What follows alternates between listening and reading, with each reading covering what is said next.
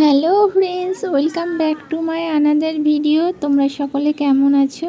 আশা করছি তোমরা সকলে ভালো আছো, সুস্থ আছো। আমিও ভালো আছি, সুস্থ আছি। আজকে আবারও একটা নতুন ভিডিওতে তোমাদের আরও একবার ওয়েলকাম। এখানে মুড়ি মাখানো হচ্ছে, দিদি মাখাচ্ছে। দিদি আমাকে জিজ্ঞাসা করছে নুনটা কি এতটা দেবো। আমি বললাম হ্যাঁ হয়তো লাগবে। পরে ও আবার অল্প একটু নুন রেখে দিল। আর এখানে চা আর মুড়ি মাখিয়ে আমরা খাচ্ছি। যে দিদির বাড়িতে গেছি সেই দিদি আর জামাইবাবু মাঠে গেছে পটল তুলতে, কাঁকরোল তুলতে। কাঁকরোলের ফুল ছোঁয়াবে, পটলের ফুল ছোঁয়াবে, তারপরে আসবে। তো আমাদের সকালে বলে গেছিলো তোরা তোদের মতন একটু চা বানিয়ে খেয়ে নিস, তারপরে আমি যখন আসবো তখন রান্না করব। তা আমরা সেটাই করেছিলাম। তারপরে দিদি এসে লুচি বানাচ্ছে আর ছোলার ডাল। তো গরম গরম ভাজছে আর সকলকে খেতে দিচ্ছে। এখানে আমার দিদি বেলে দিচ্ছে আর ওখানে দিদি সেঁকে নিচ্ছে। আর পিছনে বসে আছে দিদির ছেলে, ও খাচ্ছে। আর এখানে আমি আর বৌদিও বসে পড়েছি খেতে। আর জামাইবাবু বাড়ি নেই, উনি গেছে পটল আর কাঁকরোল বিক্রি করতে। তো বিক্রি করে এসে তারপরে উনি খাওয়া দাওয়া করবে। তো আজকেই আমরা চলে যাব মাসির বাড়িতে। তো সেই জন্য দিদি সকালে লুচি তরকারি বানিয়েছে আর দুপুরে চিকেন করবে। তো দুপুরের খাওয়ার টাইম হয়ে গেছে, আমাকে ডাকছে। আমি ঘরে শুয়েছিলাম, তারপরে উঠে আসলাম। মাঝে আর কোনো ভিডিও করতে পারিনি। এখানে জামাইবাবু খাওয়া দাওয়া করছে, এখানে বৌদি বসে পড়েছে, এদিকে দিদি বসে পড়েছে। বৌদির অ্যালার্জি আছে বলে বেগুন খাবে না, আর দিদি ওই জন্য বেগুন ভাজা বৌদিকে দেয়নি। আর এখানে আমরা সব বসে পড়েছি। দিদি আমাকে অনেকটা ভাত দিয়েছিল, আমি সব ভাতটা তুলে দিয়েছি, অল্প একটু ভাত নিয়েছি। আর এইদিকে দিদি বেগুন ভাজা দিয়ে খাচ্ছে আর বৌদি চিকেন দিয়ে খাচ্ছে, আর আমি বেগুন ভাজা দিয়ে খাবো। তো চলো কেমন হয়েছে রান্না সেটা তোমাদের সঙ্গে বলি। আমার যে দিদির বাড়িতে গেছিলাম ওই দিদি চিকেনটা এত সুন্দর রান্না করে, মাটন ফেল করবে। তো আজকে বিকালেই চলে যাব আমার মাসিদের বাড়িতে। তো সেই জন্য রেডি হয়ে নিয়েছি। আর সারা দিন ধরেই হচ্ছে প্রচুর পরিমাণে বৃষ্টি। এখন একটু বৃষ্টিটা কমেছে, কিন্তু ভীষণ গরম হচ্ছে, মানে ওয়েদারটা।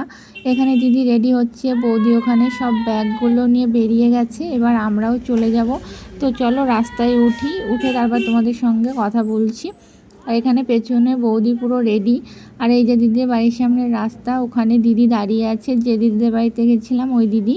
কারণ অটো টোটো দাঁড় করাবে। আর তোমরা দেখলে বুঝতে পারবে আমার মুখ পুরো ঘেমে গেছে। আমি বৌদিকে বললাম আমাকে একটু ভিডিও করে দাও। তো বৌদি বলল ঠিক আছে তুমি সামনের দিকে যাও। আমি যে ড্রেসটা পরে আছি সেটা হচ্ছে আমার দিদির, ওর এই বছরের রাখিতে পাওয়া ড্রেস। তো আমাকে বলল তুই পর, তো সেই জন্য আমি পরলাম। আমার মুখটা দেখো পুরো ঘেমে গেছে। এদিকে দিদিও রেডি হয়ে গেছে, জুতো পরছে।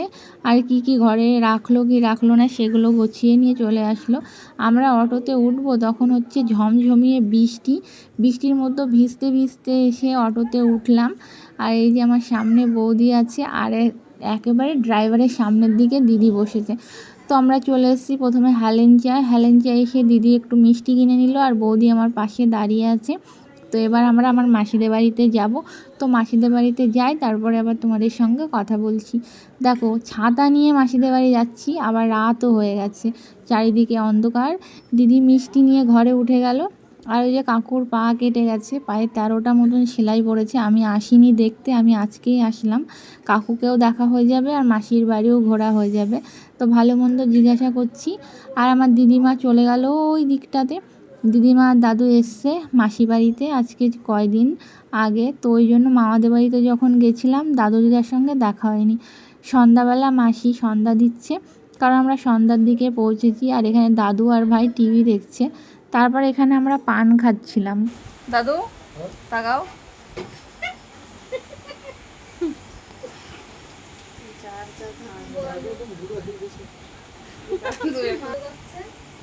দাদুর সাথে একটা সেলফি তো। দাদু তাকাও। তোর বড় দাদু 1947 সালে জন্ম হয়েছে। 1907 1947 সালে। 1947 স্বাধীনতার সময়। স্বাধীনতার 13-14 দিন আগে হয়েছে। বাবা দাদু জন্মে দেশ স্বাধীন করে ফেলেছে।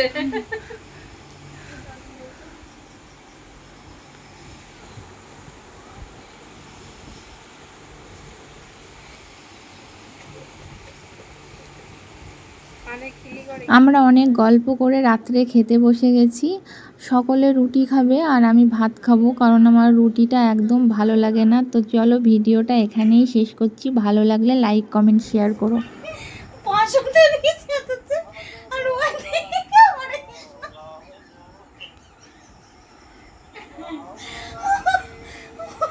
কথাটা শোনো, কোল্ড ড্রিঙ্কস খেতে চেয়েছিল, যাই হোক খাওয়া দাওয়ার পর ঘুমিয়ে পড়েছে, মনে নেই, বুঝলা? বুঝতে পারছো?